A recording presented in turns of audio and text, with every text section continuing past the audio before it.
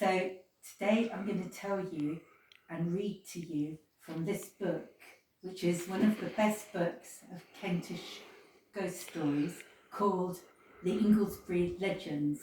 And I'm going to read you a bit from the story of one of the most famous documented ghosts in Canterbury, and her name is Nell Cook. Nell Cook, a legend of the dark entry.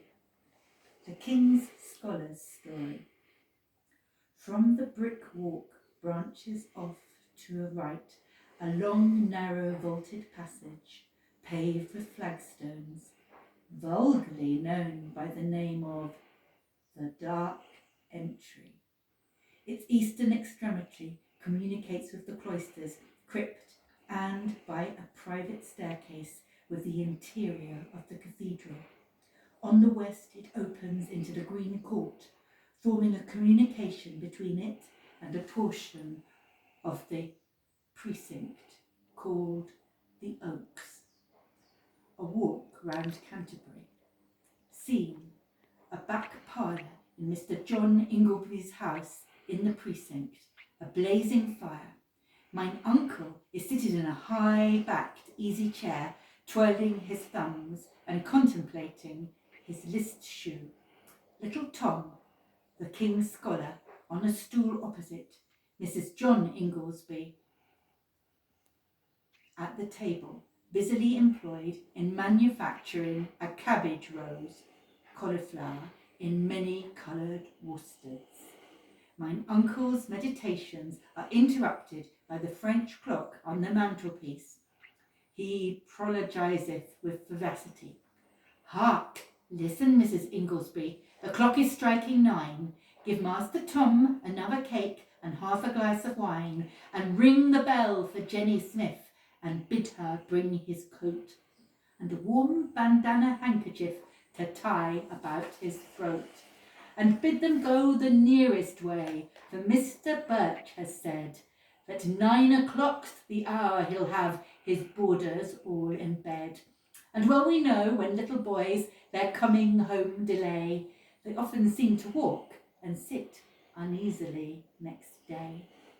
Now, nay, dear Uncle Ingoldsby, now send me not, I pray, back by the dark entry, for you knowest that's the nearest way. I dread the entry dark, with Jane alone at such an hour. It fears me quite. It's Friday night, and then Nell Cook hath power. And who's Nell Cook, thou silly child? And what's Nell Cook to thee, that thou shouldst dread at night to tread with Jane the dark entry? Nay, list and hear, mine uncle dear, such fearful things they tell of Nelly Cook, that few may brook at night to meet with Nell. It was in bluff King Henry's days, and monks and friars were then. You knowest, dear Uncle Ingoldsby, a sort of clergymen. They'd coarse stuff gowns and shaven crowns, no shirts and no cravats, and a cord was placed about their waist. They had no shovel hats. It was in bluff King Harry's days, when yet he went to shift, and long before he stamped and swore and cut the Pope adrift. There lived a portly canon there, a sage and learned clerk. He had, I trow, a goodly house, fast by the entry dark. The canon was a portly man, of Latin and of Greek, and learned law he had a store, yet health was on his cheek. The prairie fare was scant and spare, the bread was made of rye, the beer was weak, yet he was sleek, he had a merry eye. Yet, though within the priory the fare was scant and thin, the canon's house it stood without, he kept good cheer within. To the best he pressed each guest with free and jovial look, and Ellen Bean ruled his cuisine. He called her Nell Cook. For soups and stews and choice ragouts, Nell Cook was famous still. She'd make them even out of old shoes. She had such wondrous skill. Her mashets fine were quite divine. Her cakes were nicely browned. Her boiled and roast, they were the boast of all the precinct round. And Nelly was a comely lass, but stayed her air, and eastward bent her modest look. Yet she was passing fair, and though her gown was russet brown, their heads grave people shook. They all agreed no clerk had need of such a pretty cook. One day, 'twas on a Whitsun eve, there came a coach and four. It passed the Green Court gate and stopped before the cannon's door. The travel stain on wheel and rein bespoke a weary way. Each panting steed relaxed his speed and outstepped a lady gay. "Now welcome, welcome, dearest niece," the canon then did cry, and to his breast the lady pressed. He had a merry eye. "Now welcome, welcome, dearest niece, in sooth that welcome here. 'Tis many a day since we have met. How fares my brother dear?" "Oh, now thanks, my loving uncle," the lady gay replied. "Gramercy for thy benison, then, oh, alas," she sighed. "My father dear, he is not near, he seeks the Spanish Main. He prays thee, give me shelter here, till he returns again." "Now welcome, welcome, dearest niece, come, lay thy mantle by." The canon kissed her ruby lip. He had a merry eye. But Nelly Cook askew did look. It came to her mind they were a little less than kin, and rather more than kind. 3 weeks are gone and over, 3 full weeks and a day, yet still within the canon's house doth dwell the lady gay. On capons fine they daily dine, rich cakes and sauces rare, and they quaff good stuff of Bordeaux wine, so dainty is their fare, and fine upon the virginals is that gay lady's touch, and sweet her voice, and to the lute you'd scarcely hear any such. But it is sanctissima she sings in dulcet tone, or angels ever bright and fair, and oh no, it's Bobby and Joan. The canon's house is lofty and spacious to the view. The canon's cell is ordered well, yet Nelly looks askew. The lady's bower is in the tower, yet Nelly shakes her head. She hides the poker and the tongs in the gay lady's bed.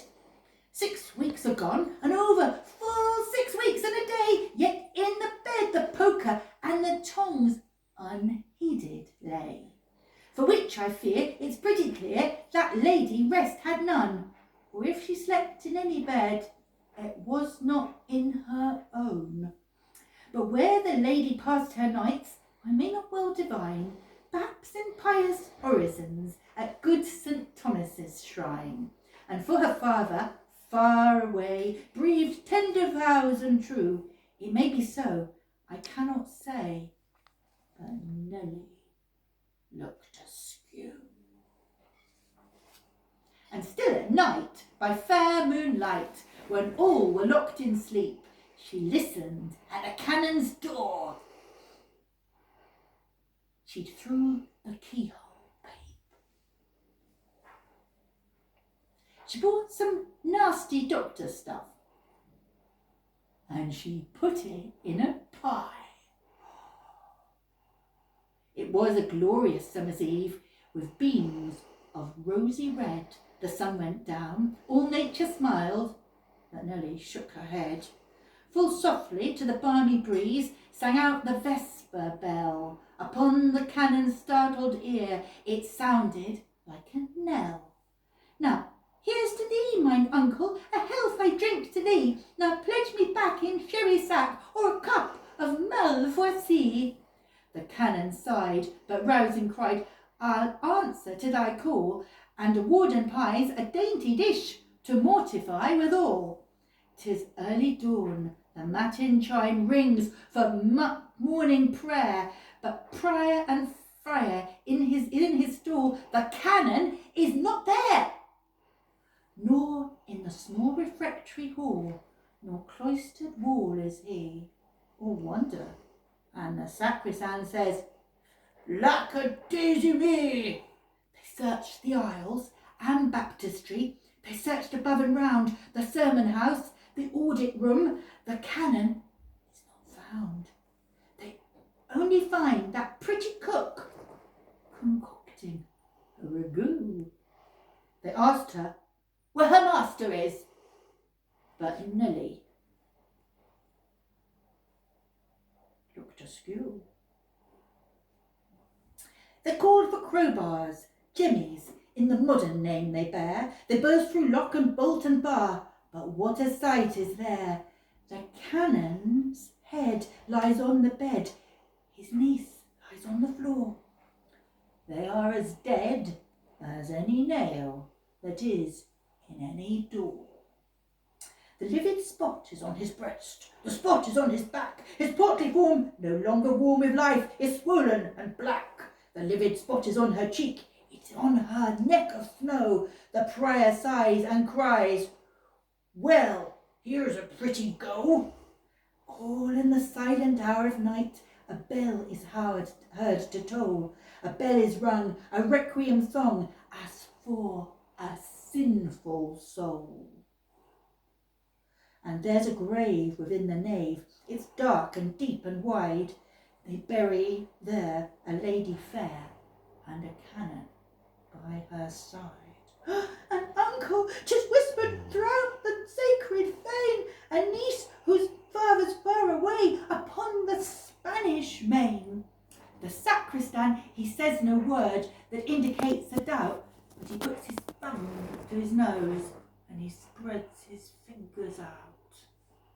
And where doth tarry Nelly took, that staid and comely lass, and where, for ne'er from forth that door was Nelly known to pass. Her coif and gown of russet brown were lost unto the view, and if you mention Nelly's name, the monks all look askew.